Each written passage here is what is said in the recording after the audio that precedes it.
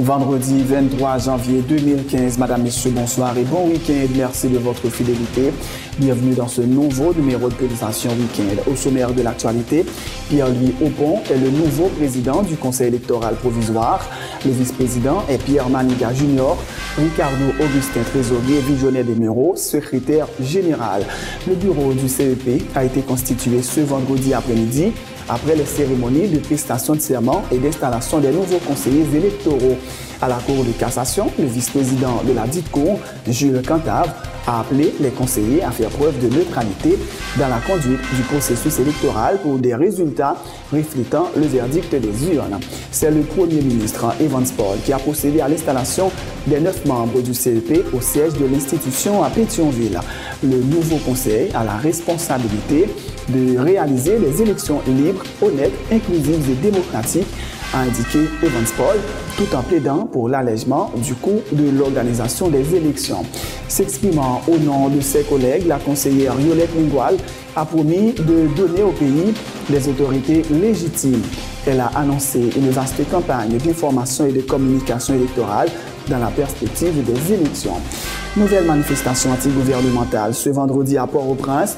L'opposition exigeait non seulement le départ du chef de l'État, mais dénonçait également l'ingérence de l'international dans les affaires internes du pays, alors qu'une délégation du Conseil de sécurité de l'ONU a entamé une visite aujourd'hui dans la capitale haïtienne.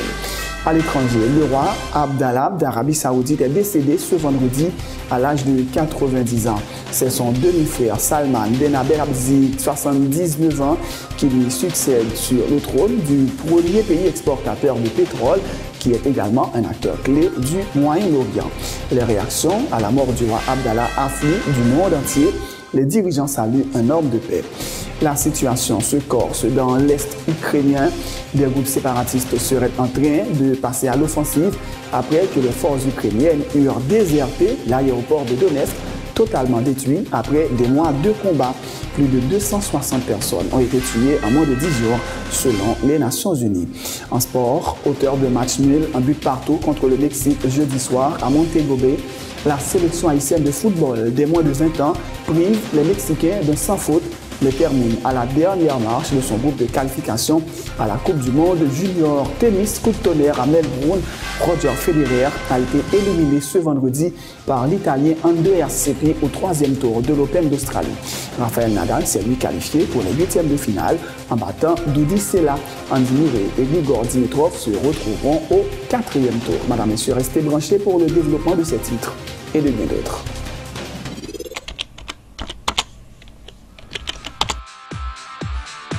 Bienvenue à cette édition d'Information Pulsation, l'essentiel de l'actualité de la journée. Merci de votre fidélité. Bienvenue dans ce premier numéro de Pulsation Week-end.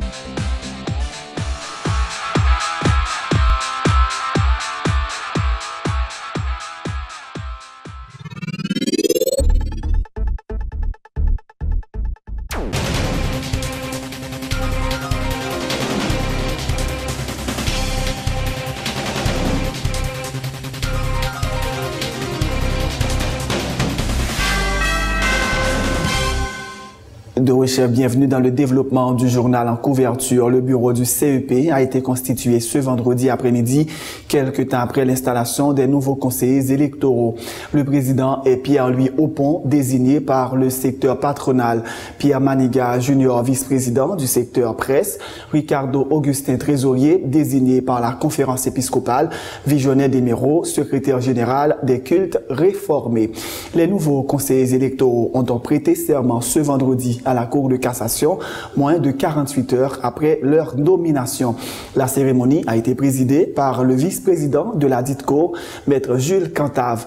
Les membres du CEP ont été désignés par 9 secteurs différents, suivant l'esprit de l'article 289 de la Constitution. Tous, ils ont promis d'appliquer et de faire appliquer les dispositions de la loi électorale avec dignité, indépendance, impartialité et patriotisme.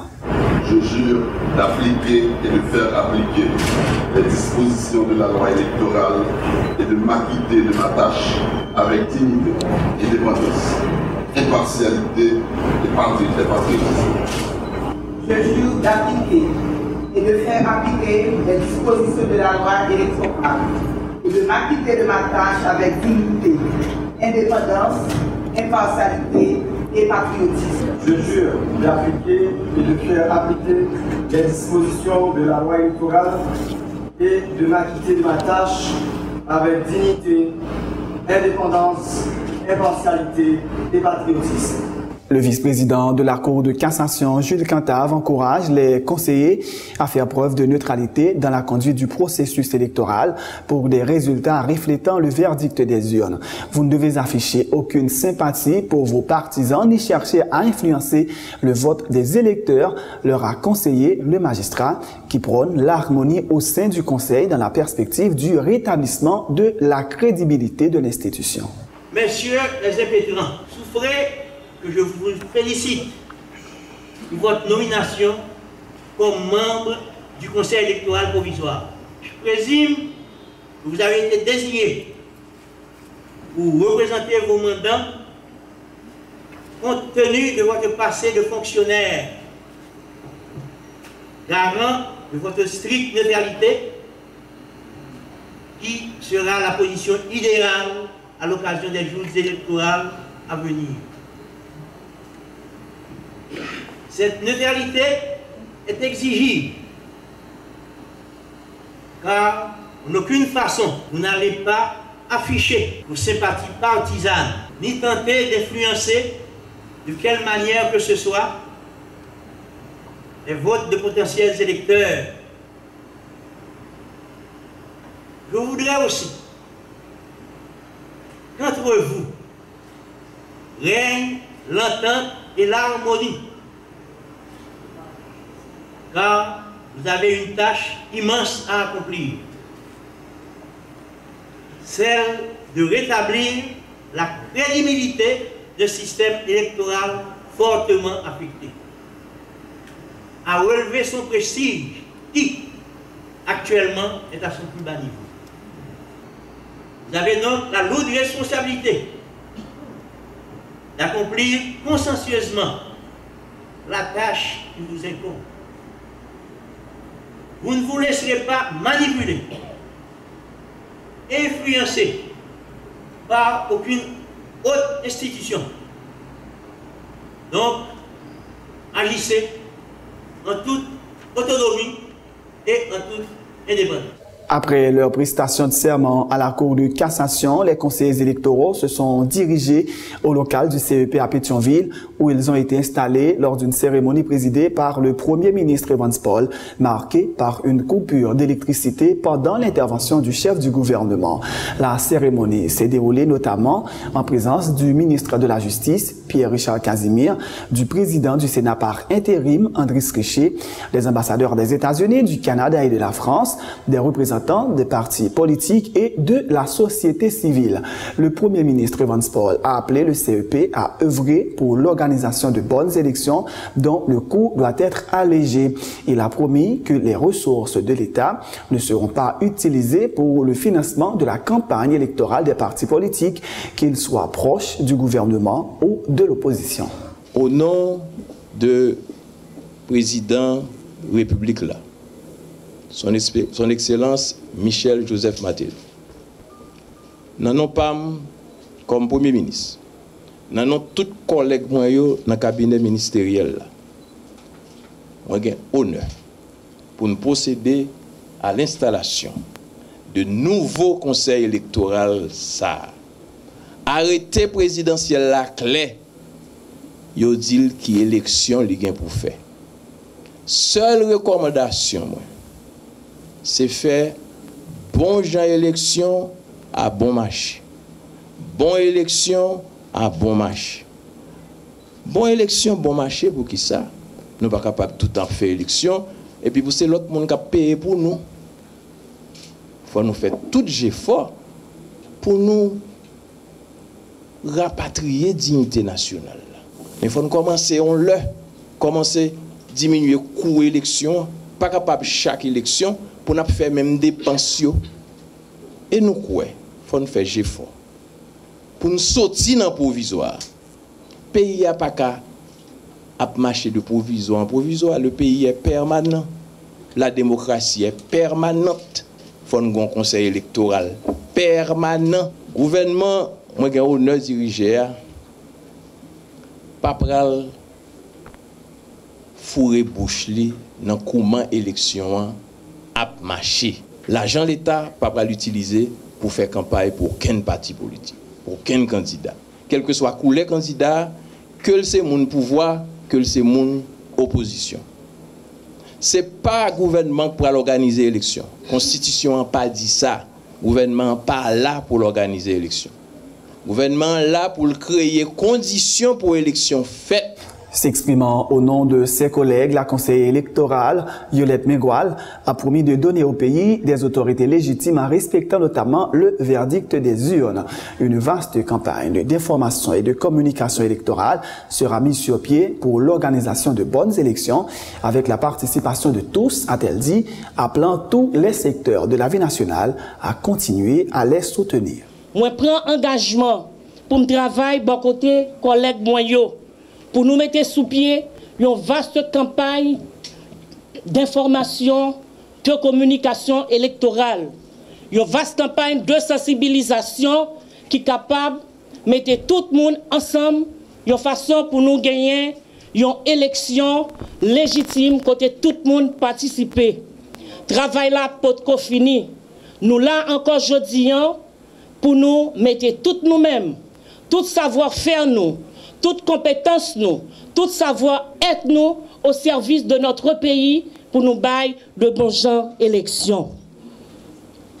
Je prends l'engagement de dire que les élus qui sortiront du processus électoral seront des autorités légitimes parce que moi et mes collègues respecterons la vérité des urnes.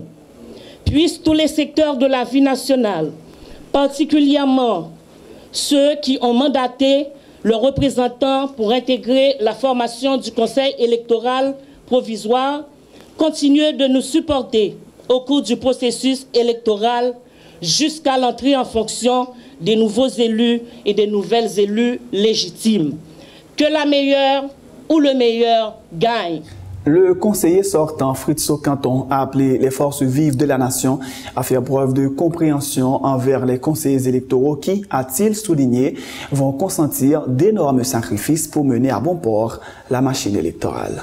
Je demande à cette population, aux partis politiques, à ceux qui ont une responsabilité de près ou de loin dans le processus électoral, d'avoir une part de compréhension à ces membres de ce conseil électoral. Je ne leur demande pas de leur accorder de la bienveillance, mais surtout de la rigueur de leur collaboration. Un minimum de compréhension pour qu'ils puissent faire une distinction entre la concorde nationale et la concordance des moyens et des décisions à prendre dans l'intérêt supérieur de cette nation. J'étais là en mai 2014. J'avais pris la responsabilité auprès de la nation à lui consentir une part de sacrifice. Et je crois fermement que ces conseillers qui sont là méritent davantage votre compréhension parce qu'ils ont consenti à attribuer également une part contributoire de leur conscience, de leur compétence, de leur compréhension du jeu démocratique. Et là encore, je sais qu'il y a pas mal d'agitation dans les rues. Et ces agitations-là ont une répercussion très négative et très néfaste sur l'intérêt national. Je reste persuadé qu'au fil des jours, au fil des minutes, au fil des secondes, la conscience finira par imprégner l'être humain, par imprégner chaque être qui se sert de la politique comme moyen d'absorption et d'appartenance à un pouvoir. Je leur demande plutôt de ne pas se servir de l'État, de se mettre plutôt au service de la nation.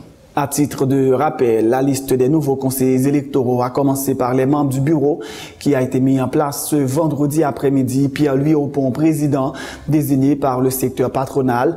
Pierre Maniga Junior, vice-président du secteur presse. Ricardo Augustin, trésorier, désigné par la conférence épiscopale. Visionnaire Desméraud, secrétaire général des cultes réformés.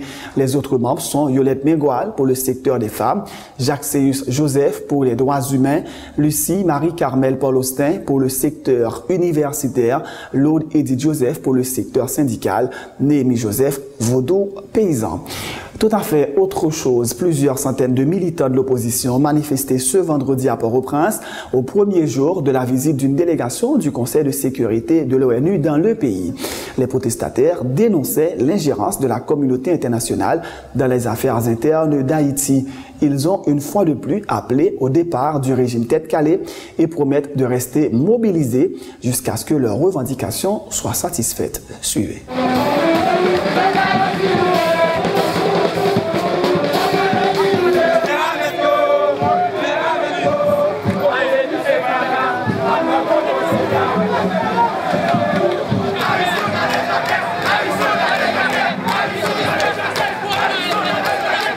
De chouquer Matéli ensemble avec Kavlim pour nous mettre nous dehors pour faire la solution pour nous garder nos sous.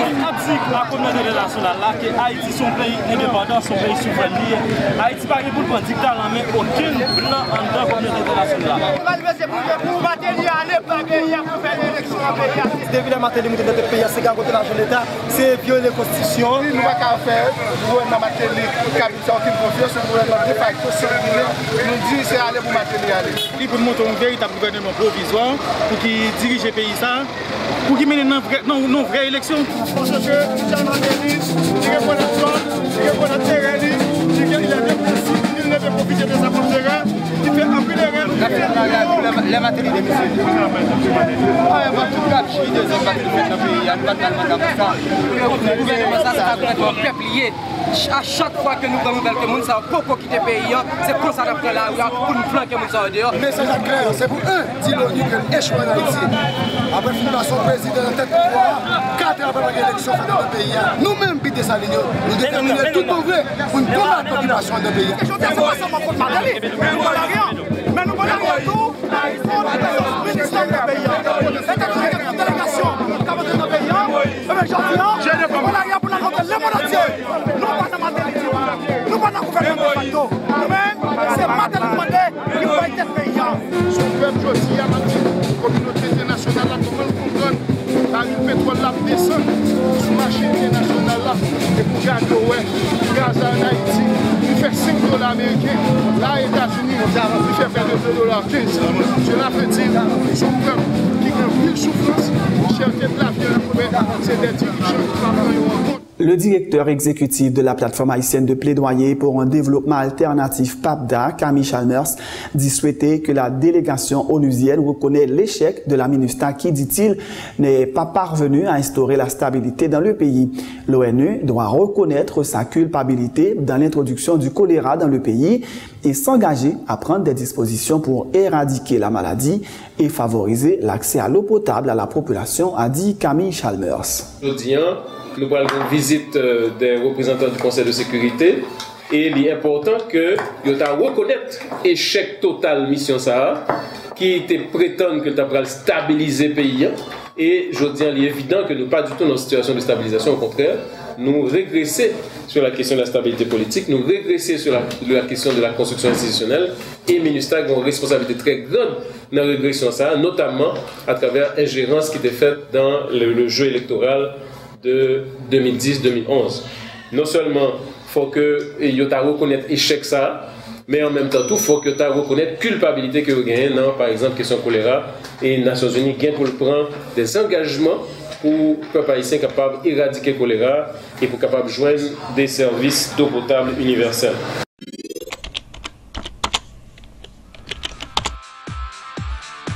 Bienvenue dans cette édition d'Information Pulsation, l'essentiel de l'actualité de la journée. Merci de votre fidélité. Bienvenue dans ce premier numéro de Pulsation Week-end.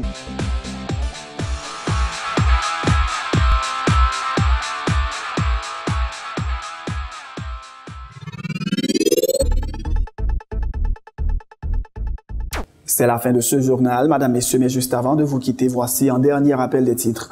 Pierre-Louis Opon est le nouveau président du Conseil électoral provisoire. Le vice-président est Pierre Maniga Junior, Ricardo Augustin Trésorier, Visionnaire Desméros, secrétaire général. Le bureau du CEP a été constitué ce vendredi après-midi après les cérémonies de prestation de serment et d'installation des nouveaux conseillers électoraux. À la Cour de cassation, le vice-président de la dite Cour, Jules Cantave, a appelé les conseillers à faire preuve de neutralité dans la conduite du processus électoral pour des résultats reflétant le verdict des urnes. C'est le Premier ministre qui a procédé à l'installation des 9 membres du CEP au siège de l'institution à Pétionville.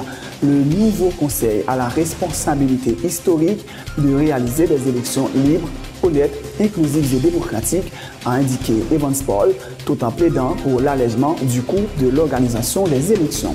S'exprimant au nom de ses collègues, la conseillère Yolette Mengoal a promis de donner au pays des autorités légitimes. Elle a annoncé une vaste campagne d'information et de communication électorale dans la perspective des élections. Nouvelle manifestation anti-gouvernementale ce vendredi à Port-au-Prince.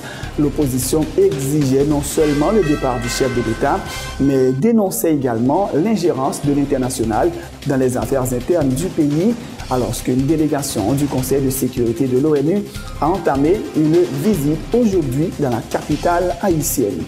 À l'étranger, le roi Abdallah d'Arabie Saoudite est décédé ce vendredi à l'âge de 90 ans. C'est son demi-frère Salman Ben Abdel Aziz, 79 ans, qui lui succède sur le trône du premier pays exportateur de pétrole, qui est également un acteur clé du Moyen-Orient. Les réactions à la mort du roi Abdallah affluent du monde entier. Les dirigeants saluent un homme de paix. La situation se corse dans l'Est ukrainien. Des groupes séparatistes seraient en train de passer à l'offensive après que les forces ukrainiennes eurent déserté l'aéroport de Donetsk, totalement détruit après des mois de combat. Plus de 260 personnes ont été tuées en moins de 10 jours, selon les Nations Unies. En sport, auteur de match nul de but partout contre le Mexique jeudi soir à Montego Bay, la sélection haïtienne de football des moins de 20 ans prive les Mexicains d'un sans faute, mais termine à la dernière marche de son groupe de qualification à la Coupe du Monde Junior Tennis Coupe Tonnerre à Melbourne. Roger Federer a été éliminé ce vendredi par l'Italien Andrea Seppi au 3e tour de l'Open d'Australie. Rafael Nadal s'est lui qualifié pour les 8e de finale en battant Dudi Sela. Andy Murray et Grigor Dimitrov se retrouveront au 4e tour. C'est la fin de ce journal. Merci de l'avoir suivi. Bonne suite de programme sur Télé Bleu Viel.